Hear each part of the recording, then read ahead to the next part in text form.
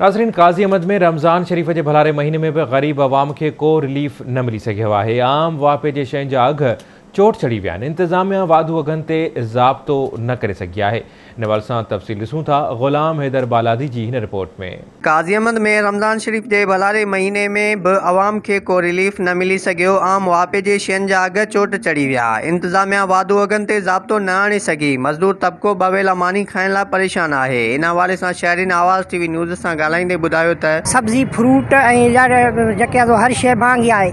ज़िले इंतज़ामिया खां ऐं वफ़ाक़ी हुकूमत खां अपील था कयूं त बराए महिरबानी ग़रीब आवाम खे रिलीफ ॾिनो वञे। घी जेको 550 रुपया किलो, 550 जो 3 किलो हो, अॼु उहो 950 रुपया शीशी आहे।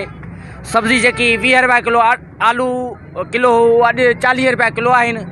सभु हर शइ महांगी लॻ पई आहे। 500 रुपया असां मज़ूरी आहे ऐं 1200 रुपया रोज़ जो ख़र्चो आहे, असांजी पूरी नथी पए। काज़ी अहमद शहर में महांगाई उरूज ते चढ़ी वई आहे ऐं हर शयुनि जा रेट डबल थी विया आहिनि। फ्रूट, सब्जी, XY रेट जेकी बि शयूं आहिनि।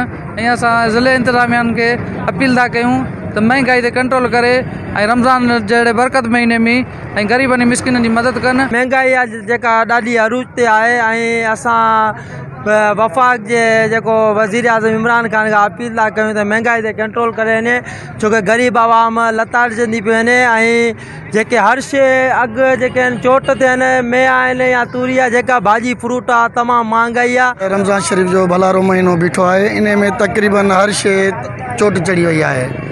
ऐं तव्हां ॾिसंदो त मुर्गी 450 रुपया किलो ऐं उन खां पोइ जेके सब्जियूं आहिनि, भाॼियूं आहिनि, उन जा रेट जेके आहिनि आसमान ते चढ़ियल आहिनि। को बि माना ग़रीब माण्हू माना उन जी पहुच खां हर शइ महांगी थी वई आहे।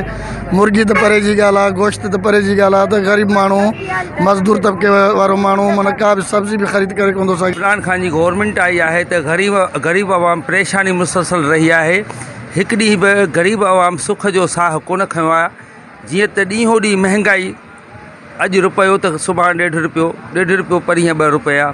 ग़रीबनि जी आमदनी उते ई बीठी आहे। उन्हनि जी वाध में आमदनी में काई बि वाध कोन पई अचे। रमज़ान शरीफ़ जीअं बीहंदो आहे, असां मुस्लमाननि जो इहो रवियो हूंदो आहे त जेकी शइ 10 रुपया हूंदी आहे उहा असां रमज़ान में 20 रुपया कंदा आहियूं। इहो असांजो शेवो आहे, छो त असां कमाईंदा आहियूं। ठीकु आहे न। उते ग़रीब गुरबो बि शइ वठंदो आहे, फ्रूट वठंदो, भाॼी वठंदो, सब्जी वठंदो, बर्फ़ वठंदो, हर शइ वठंदो आहे। त असांजो शेवो इहो मुस्लमान जो रहियो आहे त असां उन शइ खे ॿीणो करे खपाईंदा आहियूं।